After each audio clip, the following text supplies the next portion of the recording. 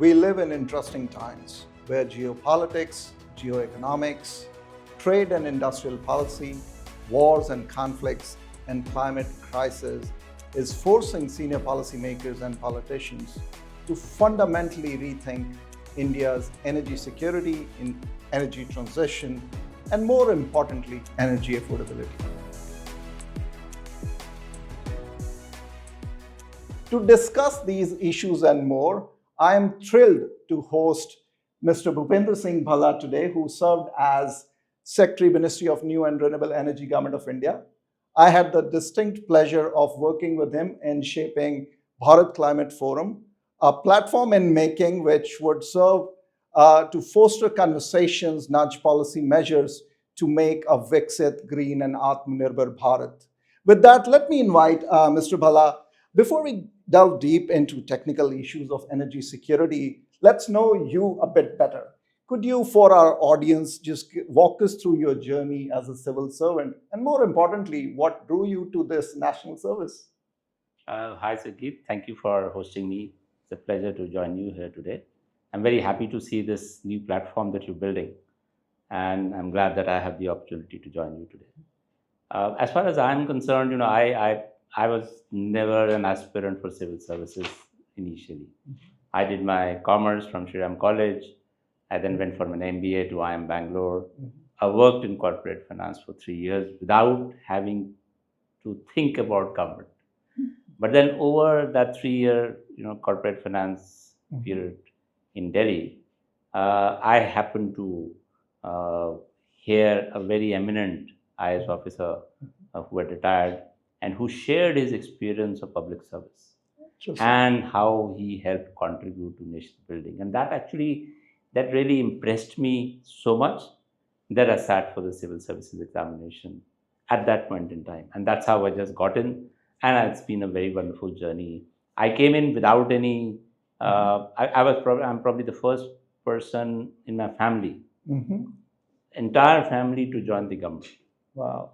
And so I came in without knowing anything, but having traveled this long distance of 34 years in the civil service, I think it's been a pleasure, and it was a privilege doing this, this journey and helping the people and the nation. So let's take that conversation forward on policy agenda. And from your perspective, having worked at the helms of the agenda shaping, how should India think about renewables from an energy security perspective rather than just a decarbonization strategy? Typically, when people talk about renewables, they will say, okay, these are NDC targets, you are into energy transition. But I think what we are seeing now is much more fundamental, where energy security could be underpinned by renewables. How do you think about it? Look at the India's energy basket. Let's start from there.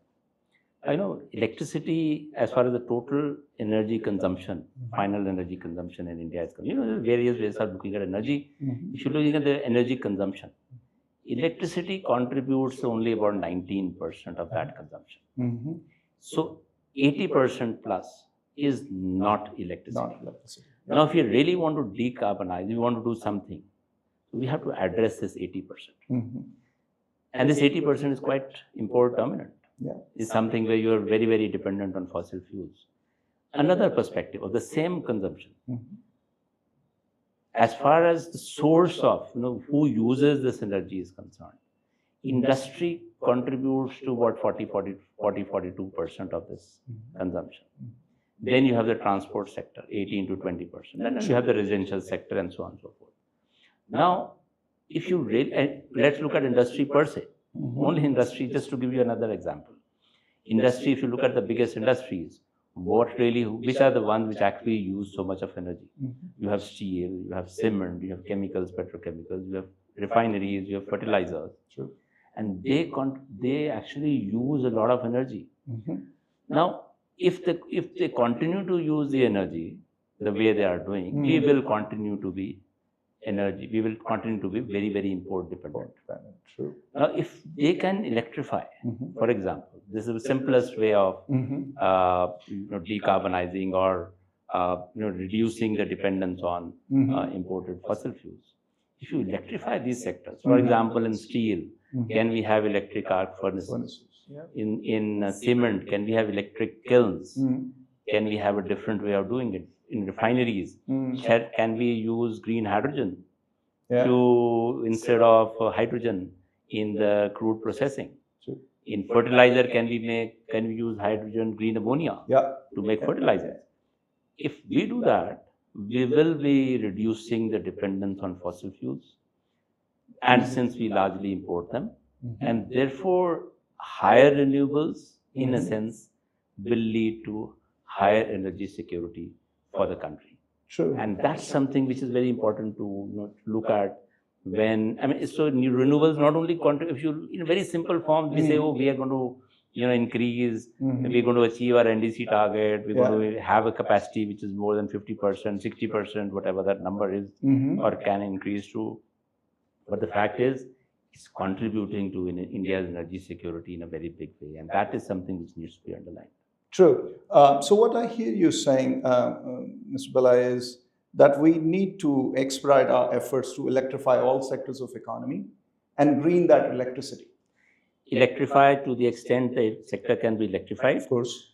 For these sectors which cannot be electrified, and this, it's called hard to abate sectors, then you use different ways of you bring green decarbonizing. molecules. So you use green molecules, you use some other way. So essentially you green either the electricity or another sector so that you are not that dependent. Now, that's a kind of a fundamentally different framing than where we are in terms of carrying the political economy of a petrostate, mostly import dependent. But when we look across the globe, I think most of the emerging economies, except for the United States, are moving towards electrification in a rapid pace. And as you're rightly saying, that would reduce the import dependence, but also bring industrial efficiencies. We will become much more competitive as we go. That brings me to this wider perception among non-energy wonks who still believe that, solar, wind are not very reliable sources of energy. Even though we have made advances in storage, we have made advances in how we manage the grid. But if we look at the data, the grid is unable to absorb. We have almost zero solar electricity prices at the trading in energy markets. We have this infamous duck curve. When we need it, we don't have it. When we have it, we don't need it. What is your view how we should manage the issues of curtailment, not just deployment, but use of renewable energy as we think about ramping up electrification and use of renewables? So when we started, we were trying to ramp up RE. That was our main ambition, because we were hardly anywhere and we needed a lot. So we said, okay, we must ramp up our RE capacity significantly year on year.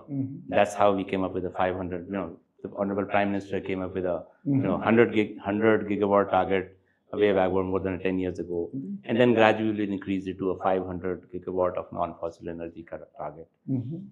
But the fact is, initially at the smaller capacities, we could easily integrate it in our grid. Yes. Because the number was so small, it was a fraction of what the other energy was, non-RE was. However, as we started ramping up, we started to witness the integration issues which every RE around the world creates in a grid. RE is variable. As you yourself said, in the daytime, we have so much of solar. However, in the evening, we have none. Wind happens depending on the wind speed. It could be early in the morning, it could be evening, it could be night. It depends on when it is. It depends on the seasons as well. So RE is highly variable. What the consumer wants, what the industry wants is stable power. They cannot afford even 0.01. The industry, for example, the continuous process industry cannot afford a 0.01 shortfall when it is running at full stream. Therefore, what they need is firm power. So the only way we can become more, the RE can become more palatable to the grid, and especially when it is expanding, is if the RE's nature is changed from variable RE in a sense to firm RE. From RE. Yeah. So a lot of steps have been taken in this regard, and the easiest way is to add storage. True. The first method we tried was hybrid. So we added wind to solar. Yeah. So it kind of stabilized the output, and therefore that became a hybrid model. Then we realized that sometimes there's no solar, but there's no wind either. Wind suddenly drops because of whatever reason. True. You can't have zero power. Yeah. So then now we need to have storage. True. So if you have a combination, so we've now come up with a, you must have heard about firm power. Yeah. We have FDRE tenders, which are, carried out by SECI and other agencies. This is firm and dispatchable power. True. Here, what we say is we want this much of power. We want so much megawatt or so much of gigawatt of power. At this confidence level, we want it for so much time, like 99% of the time. The peak power I needed 2 hours in that 2 hour or 4 hour of peak power I need. In addition, I need it for so much. So we've created this new different ways of looking at creating packets of firm power, packages of firm power, which we feel is now easier for the grid to take, much easier for the consumer to absorb. That's what they want. True. But we still haven't reached the absolute firm power that thermal, for example, provides. True. Some firm power that nuclear provides. So in it, now we need to rework our packages, our RE plants, our RE auctions that we conduct, the kind of scale that we want. We have to gradually move from variable RE to firm, to almost firm RE, whichever model it may be. As wise people would say, never let a crisis go. Crises are always opportunities, and to my mind, now is the opportunity to launch a mission mode on storage. Maybe a national mission. We have been tiptoeing, spread across various ministries from MHI to power to MNRE. Maybe now is the time to go full hog, and that would maybe fundamentally shift the way people perceive the variability of renewables. That brings me to another kind of incoming dependency, which we may be building as we ramp up RE. You've been on the governing board of Bioclimate Forum, where we are analyzing this issue of import dependency of components. As numbers would suggest, about 70 to 80% of the components of solar are imported. In wind, about 50%, in storage, 70, 80, and list goes on and on. And then in HVDC, we don't manufacture a single cable. That means most of the economic value is exported. We are just deploying power, but the real money is going out. It's not leading to economic development in India. It's not leading to green jobs. But more worrying is, like today, fossil fuel dependency. Tomorrow, it's going to be import of component dependency. We saw what happens to the rare earth magnets. We saw what happened with the visa delays of technicians and XYZ. You were at MNRE at some point in time when this happened. So give us your take. Are we jumping from a rock to a hard place now? But then the fact is that first is whether we want to jump or not. True. I think I think one must note it, and I think it's acknowledged. We must move to higher manufacturing in India. There's no doubt about it. As we are ramping up, we added 54 gigawatt of RE last year, which is a record. And previous year we had only done 30.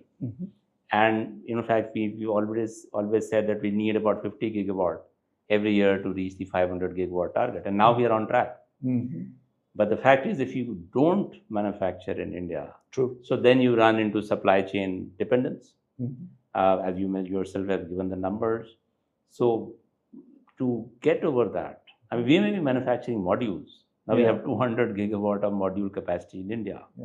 But if most of the cells are coming from abroad, and the cells are, of course, upstream, then everything else is coming from abroad, is all imported. So obviously we're only adding some value while consuming in India.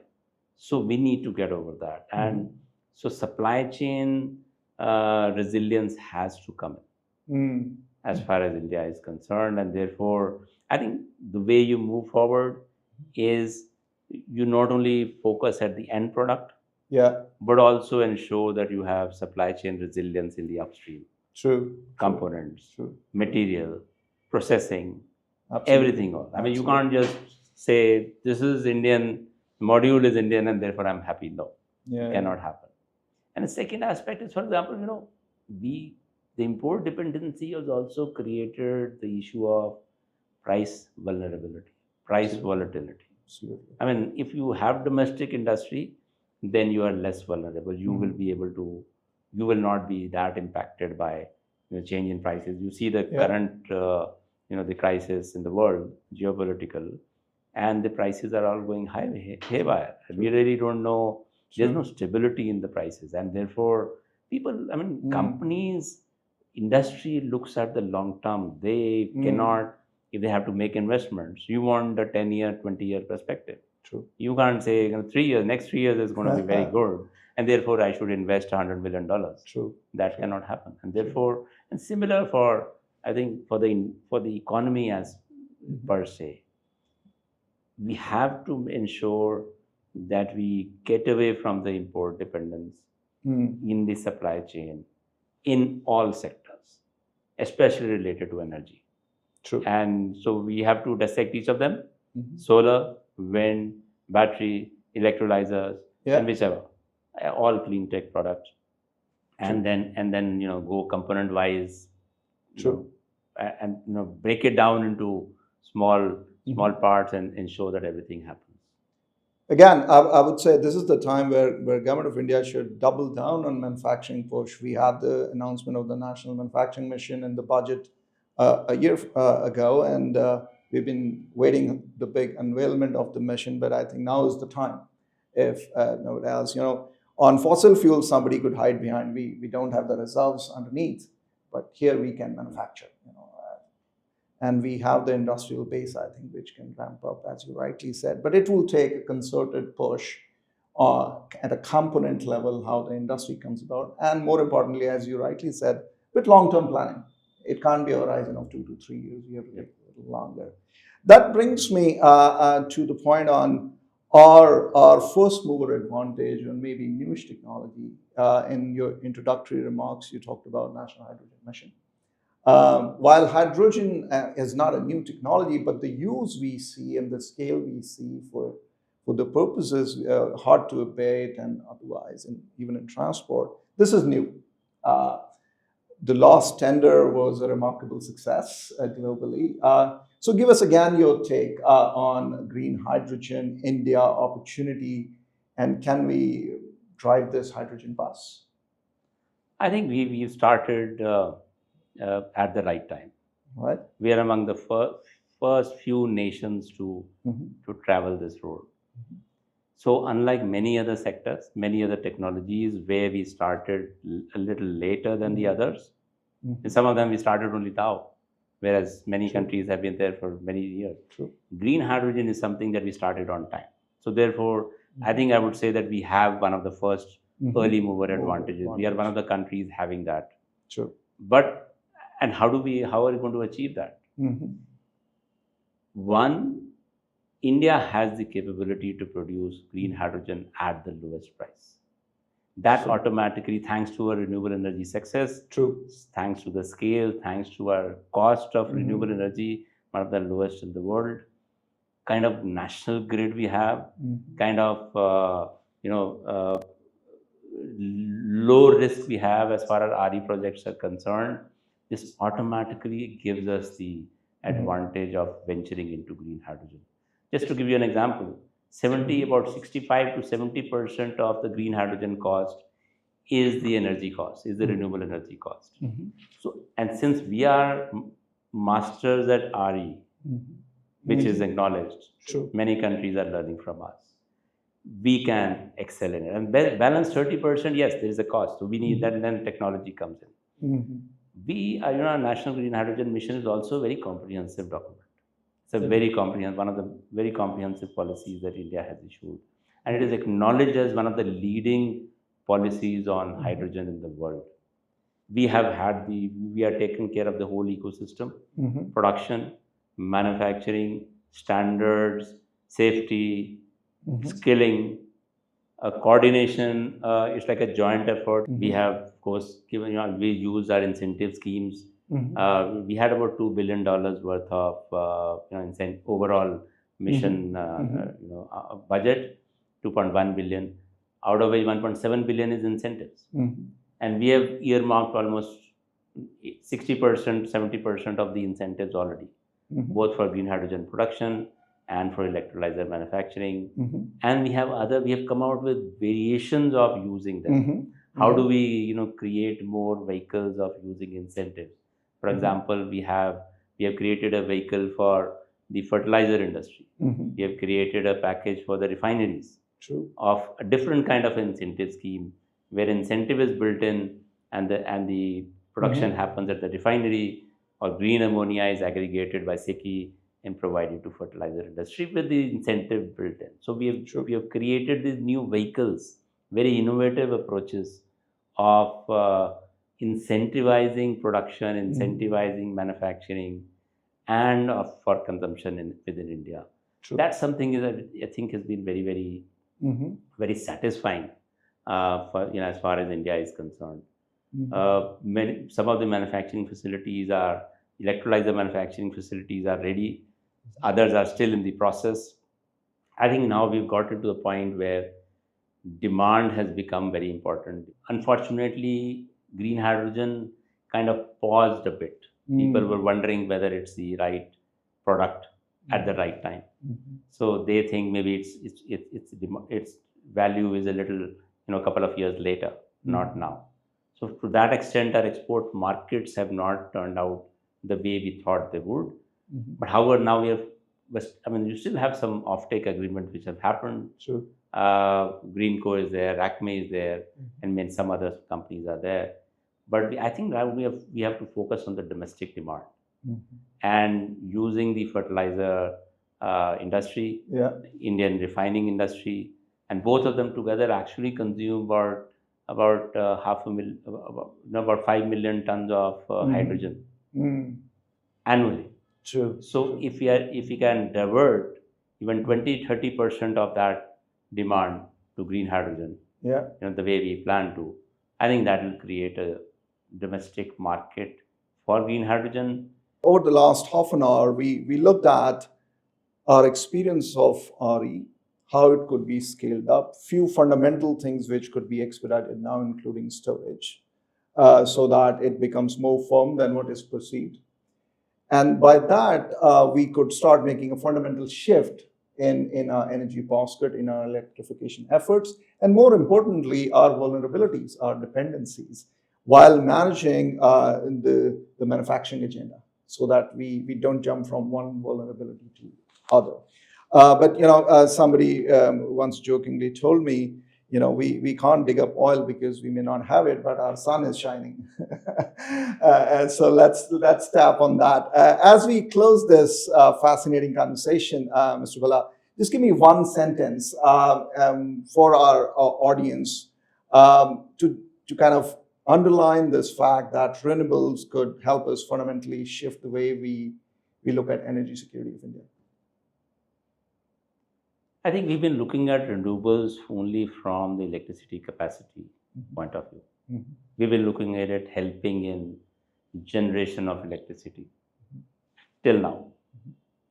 I think we have to move now towards recognizing its importance as far as energy security is concerned. And I think in the last few months, this has been brought this topic has been thrust up the ladder, as one could say. Yeah. And it's become a topic which everybody's everybody is noticing. And it's not only renewables. I'm saying we are looking at every aspect of making India secure from improving the resilience of the country. So Atmanirbharta in our energy, production, consumption, transmission, everything which we talked about. This has been a fascinating conversation. I've certainly learned a lot. Thank you very much. It has been a pleasure.